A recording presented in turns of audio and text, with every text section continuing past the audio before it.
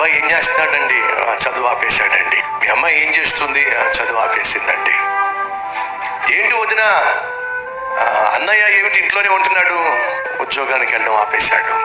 ఏంటండి ఇల్లు సగం కట్టి? ఏం చేస్తామండి, సగం ఆపాల్సి వచ్చింది, ఆపేశాం.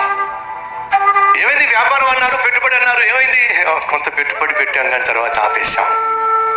ఏదో స్థలం కొనాలన్నారు, పొలం కొనాలన్నారు, ప్రయత్నం ఏదో చేశారు, ఆ ప్రయత్నాలన్నీ ఆపేశామండి.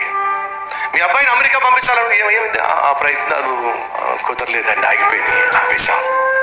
ఎవరికి ఇష్టం ఉండదండి ప్రారంభించింది ఆపేయటం, కానీ సైతానికి మాత్రం చాలా ఇష్టం అండి. నువ్వు ప్రారంభించిన దాన్ని అర్థంతరంగా ఆపేసే నీ జీవితాన్ని అవమానంలోకి నెట్టేయడం సైతానికి బహు ఇష్టం.